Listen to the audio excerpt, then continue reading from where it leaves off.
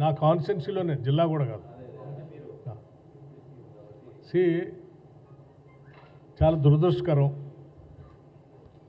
ఒక రైతు ఆత్మహత్య చేసుకోవటం చాలా బాధాకరమైంది. రైతే కాదు, అసలు ఏ మనిషి కూడా పుట్టింది బతకటానికి, చావటానికి కాదు. బతకడానికి కావాల్సినటువంటి మార్గాలన్నీ ఎత్తుకొని మనం ముందుకు పోవాలి తప్ప ఎవరు కూడా ఇటువంటి ఆత్మహత్యలు చేసుకోవటం అనేది కరెక్ట్ కాదని ప్రగాఢంగా ఈ ప్రభుత్వం నమ్ముతుంది. అదే చెప్తాం.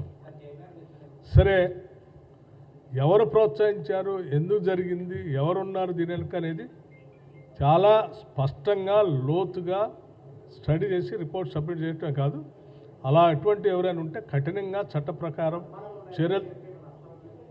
ప్రకారం కఠినంగా చర్యలు తీసుకోవాలని కూడా ఎప్పటికే ప్రభుత్వ పరంగా ఆదేశాలు ఇచ్చాం.